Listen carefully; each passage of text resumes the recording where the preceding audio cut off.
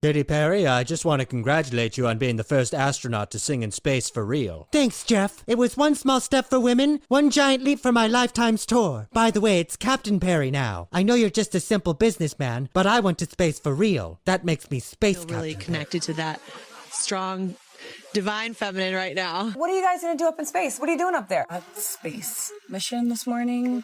That's end time. This is beyond Perry. This is all for the benefit of Earth. You care about Mother Earth, and it's about Mother Earth, and you're going up in a spaceship that is built.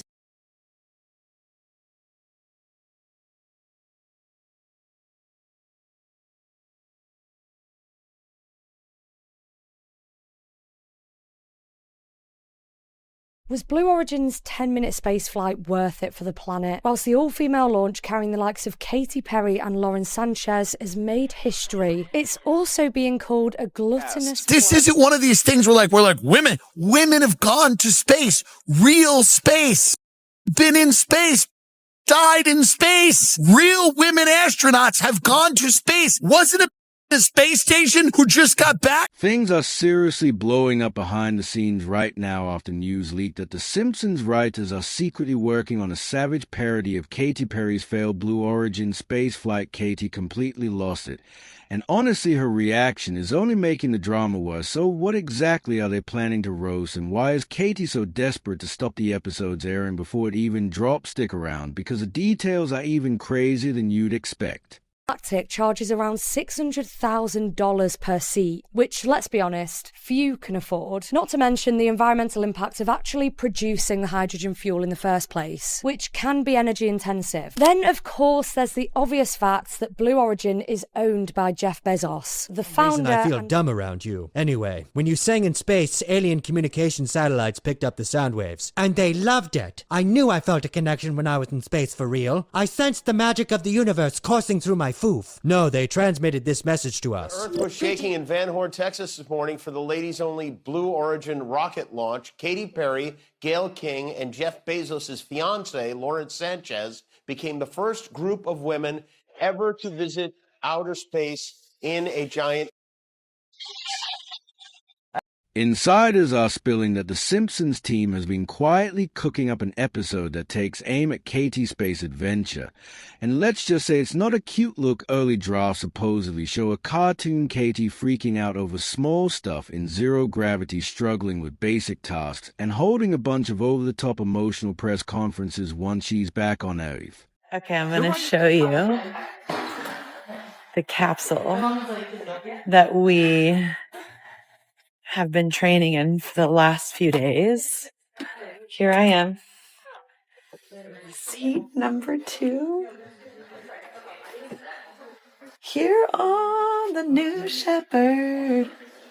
I think I'm going to sing. I'm going to sing a little bit. I got to sing in space. And these are all of my astronaut girly friends. We are the Taken Up Space crew. The writers are said to be pulling straight from her real interviews after the flight, just turning the drama all the way up for laughs. When Katy found out what was happening, her team went into panic mode. They slammed the project as a targeted attack and called it a huge misrepresentation of her true intentions. Sources say her team fired off a bunch of heated calls and frantic emails begging that the network to either scrap the episode or at least tone it down, but instead of backing off all the behind-the-scenes buzz just made the Simpsons crew even more excited.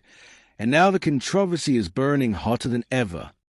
The 6 women flew to the internationally recognised boundary of space. Their launch used a fully reusable rocket developed for space tourism and was fueled by liquid oxygen and hydrogen, meaning no carbon emissions were released during flight. Katy Perry sang "What a Wonderful World," and the crew became female pioneers, representing Blue Origin's 11th human journey to the edge of space. In terms of contributing to research into human space travel and inspiring young women into science, it's great. right? Well, people are pointing out that there was only one. What was supposed to be this huge history-making moment for women in space ended up looking more like a glittery Instagram stunt, and fans weren't buying it. Instead of celebrating real achievement, it came off like a billionaire's influencer getaway. Instead of being remembered as a trailblazer, Katy's space story became a warning about how you just can't fake sincerity.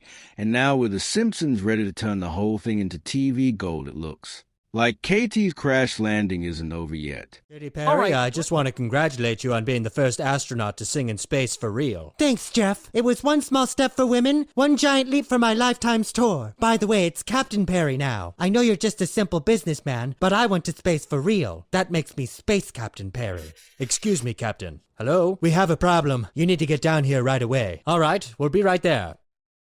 What's the problem? Please, Jeff. You don't know as much about this stuff as I do. I sang in space for real, after all. So what's the problem? Man, for some reason I feel dumb around you. Anyway, when you sang in space, alien communication satellites picked up the sound waves. And they loved it. I knew I felt a connection when I was in space for real. I sensed the magic of the universe coursing through my foof. No, they transmitted this message to us. Greetings. I am Superlin, captain of the non-binary from the planet Endopharma. My species is gender fluid, so our pronouns can morph from Z-Zim to bleep blorp at any moment. And we pee out of our big green jugs. When we heard Katy Perry sing, it was triggering for us. I mean, who the hell makes a real space flight about themselves by trying to sing to an entire planet without consent? All right, let's rewind for a second and talk about how this whole mess even started. Picture this: a rocket with the first ever all-female crew. Sounds legendary, right? Like one of those we made history moments we all cheer for, but that's not really how it played out. 6 women boarded a Blue Origin rocket, you know, Jeff Bezos' billion-dollar space toy, and took off. The media hype it up like it was the dawn of a new era for women in space, but when the internet caught wind of what really happened, yeah, they weren't that impressed. 5 more words. Katy Perry regrets space flight. Michelle, sad story. Katy Perry reportedly regrets making the all-female Blue Origin ride such a big spectacle. And she especially regrets the video from inside the pod being released after all the backlash she's gotten. Do you feel bad for her? No. No. No, not even. It's okay. Leave Flynn up there. Flynn, bye. You look. Instead of celebration, people were cringing. Some even said it felt more like a step backward than progress. Here's why: the entire flight lasted just 11 minutes, and out of that they were only weightless for about 4 minutes. That's barely enough time to finish a snack, let alone make history. So yeah, it didn't exactly get the standing ovation they were hoping for. I don't like that people are calling it a ride. A ride, you know, you never see a male astronaut who's going up in space and they said, oh, he took a ride. We actually duplicated the route that Alan Shepard did. No one said he took that ride. Yeah. It's always referred to as a flight or a journey. So I feel that that's a little disrespectful to what the mission was and what the work that Blue Origin does. The way the media sold it, you'd think this was a life-changing girl power in space moment. They didn't exactly say, hey, it's just a super quick ride to the edge of space with celebrities. Nope, they made it sound like it was going to inspire a whole new generation of astronauts. But if we're being real, it felt more like a sponsored PR trip than a real mission feeling. That's strength. So I feel really connected to that strong, divine feminine right now. By the way, you're such a bad. Love that the month of April, you're like, I'm going to space and I'm launching my tour. Everyone was expecting something huge, a days-long mission, actual experiments, real breakthroughs. Instead, what we got was more of a luxury amusement park ride, like they barely even broke a sweat up there. And of course the internet had jokes. One person said they seriously thought the crew should be floating around in space for days, not just 4 minutes. They were up there for 3 minutes. Speaking of Jeff Bezos' sexy. 3 minutes, I tell you, Paul. And got down like, they thought they'd never see us again. And honestly, can you blame them? The whole thing just didn't live up to the crazy hype. It got what was supposed to be a milestone, ended up looking more like a super expensive celebrity vacation. And right there in the middle of it all, yep, Katy Perry, if anyone was going to turn a space trip into a glittery pop video, it was her. Tim Dillon went on a hilarious rant about the women that went to space during episode 440 of his podcast. This isn't one of these things where we're like, women have gone to space, real space, been in space, died in space. Real women astronauts have gone to space. Wasn't a space station who just got back. She was stuck up there for months and months. This in space 6 minutes. And she's acting like she's the first slit to go to space. You are not the first slit in space. Slits have been going to space. I don't get it. It's the craziest thing in the world. Women have been in space. They've been in space. This person is acting like it's a big deal because she's famous. That's her whole thing. She's like, no, you don't understand. I have a life worth losing. And I went. That's her whole point here. So what did they actually do for 2 days before the launch? Well, not a whole lot. Most of the time was spent at Blue Origin facility doing super basic training, like literally practicing how to get in. And get out of the capsule, one of the instructors even joked, "You go in, you go out, that's it one more time, ladies." The training they had here, it was basically just practicing how to buckle and unbuckle their seatbelts. That's it. No hardcore simulations, no emergency drills, none of the intense stuff you'd see at NASA. Just a couple of practice runs to make sure they knew how to get in and get out. Mission craft was frivolous. Nothing around this space flight, this space journey, that's how they wanted to be referred to, not a flight, was frivolous. Meanwhile, they invited the Kardashians. Okay, they literally, they could invite anybody in the world to watch them, and they invited Oprah and the Kardashians. But then they don't understand why we didn't take it seriously. Then you have them kissing the ground when they got off of it. Honestly, like they had just been saved from the Titanic and got back on land. Ahoy, mateys! No, they were kissing the ground. They were up there for 3 minutes. Speaking of Jeff Bezos' fantasy. 3 minutes, I tell you, Paul, and got down like, they thought they'd never see us again. Then you have those two more who are doing the commentary at Mission Control, one of whom is former Fox/CNN, one of whom is ESPN, sitting there talking about this again, like it's Apollo 13, like they're in real danger. They could get stuck up there. And as they It's the training, it's the team, it's the whole thing. I couldn't recommend this experience more. This is like up there with all the, different tools that I've learned in my life, from meditation to the Hoffman process. This is up there because what you're doing is you're like really finding the love for yourself, because you got to trust in yourself on this. Meanwhile, Katy Perry was hyping up the whole mission like it was a Met Gala in space. She even cracked a joke about putting the S back in astronaut. And just like that, after 2 days of super basic prep, they were officially ready to blast off. Raining, it all comes down to literally they learned how to buckle their seatbelts and wear the suits that were designer and showed Lauren Sanchez's. Okay. No one's going to convince me that those rockets are not phallic.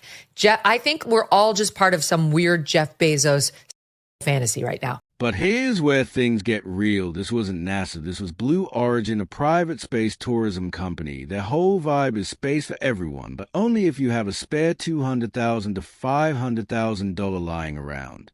This is all for the benefit of Earth. You have done so many incredible things in your life, selling millions of records, selling out stadiums. Where does this experience rate for you?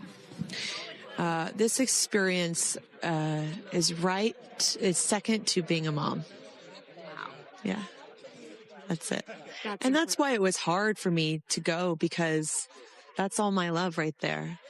And I have to surrender and trust that the universe is going to take care of me and protect me, and also my family and my daughter. Let's be real, that price tag instantly wipes out 99% of the planet. So yeah, it's empowering if you're already a millionaire, while Katy was out here selling sparkly space dreams. The rest of the world is out here just trying to pay rent and keep the lights on. And it wasn't just regular folks side-eyeing it either. Even celebrities like Emily Ratajkowski spoke up, saying it's crazy that billionaires are playing astronaut while the Earth's literally on fire. Really connected to that strong divine feminine right now. What are you guys going to do up in space? What are you doing up there? At the space mission this morning. That's end time.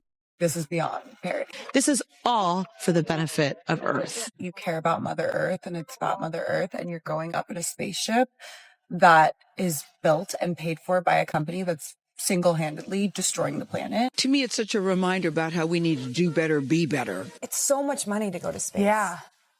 And there's a lot of people who can't even afford eggs. If you want to go to space, why do you need to tell us about it? Looking back, this mission had some big names on board: Katy Perry, Gayle King, Lauren Sanchez, Aisha Bo, Amanda Nguyen, and Corinna Flynn. Now, to be fair, Bo, a legitimate former NASA engineer and none on a major civil rights advocate, definitely brought some real credibility, but people still couldn't help but wonder, was this really about inspiring women in STEM, or was it just a flashy PR stunt? All their training comes down to this. Their training? What are you saying? Lauren Sanchez can't string 2 sentences together. She's only known for showing her breasts to people. Gayle King can't, we don't know how smart she is. All we know is that she's friends with Oprah. That's how she's gotten every gig she's ever gotten. And then you got Katy Perry, who spent her big moment spending more time looking inside the camera than outside the craft, because she was too obsessed with showing us the little things she'd brought to space and making sure she was seen on camera with her doe-eyed little look. And so I don't like that people are calling it a ride. A ride, you know, you never see a male astronaut who's going up in space and they said, oh, he took a ride. We actually duplicated the route that Alan Shepard did. No one said he took that ride. Yeah. It's always referred to as a flight or a journey. So I feel that that's a little disrespectful to what the mission was and what the work that Blue Origin does. I thought that they got a lot of respect. I was a little surprised at this. It was a ride. You're not an astronaut. She said she was the mission. You went up and you came down. You can trust the critics didn't hold back. Emily Ratajkowski doubled down, pointing out again how tone-deaf it was to glamorize luxury space trips when our planet is literally begging for help, plus the carbon emissions from these flights. Yeah, they're no joke when everyone else is being told to recycle and carpool. These space rides aren't exactly setting the best example. The media definitely added to the whole mess by blowing up the story about the all-female crew and hyping up the celebrity passengers. They set expectations crazy high. People were ready for something historic. But once the hype wore off, a lot of folks felt like the mission seriously underdelivered. Of course, the crew had their own side of the story. Gayle King spoke out, saying she hoped the mission would inspire the next generation. Lauren Sanchez talked about how dedicated the Blue Origin team was and encouraged people to look at the work behind the scenes instead of just the headlines. Both of them really tried to steer the conversation back to the bigger picture about women having a future in space. Gayle King upset because there's been a lot of blowback, and I'll play it in a minute, but like from Hollywood leftists, not just people like you and me, but like Hollywood leftists. These are the people who are supposed to love them, who are ripping these women to shreds. It's beautiful. And Gayle King is upset and had a few things that she needed to explain to those of us who don't understand what a hero she is. Even with all the spin and positive talk, the critics weren't letting up a lot of people, so the whole trip looked more like a ridiculously expensive photo shoot than a real milestone for women in space. Virgin Galactic charges around $600,000 per seat, which, let's be honest, few can afford. Not to mention the environmental impact of actually producing the hydrogen fuel in the first place, which can be energy intensive. Then, of course, there's the obvious fact that Blue Origin is owned by Jeff Bezos. Marked as historic, others were quick to remind everyone that women have been crushing it in space for decades, from Valentina Tereshkova back in the 60s all the way to today's NASA missions. This wasn't exactly breaking new ground. From the heavens, from my angels, and they're like, well, here's the feather, which is what your mother calls you, and if that's not enough, the capsule's named Tortoise, which is your second nickname that your mother calls you. And I'm like, okay, I'm going. Yeah. I got the message, and I'm gonna. The whole situation also reignited the debate about what happens when space goes commercial. Sure, private companies like Blue Origin are making space feel more reachable. Well, let's not kid ourselves. It's not just about adventure and discovery anymore. It's about money. And once profit starts calling the shots, there's a real fear that real science could end up getting shoved to the side.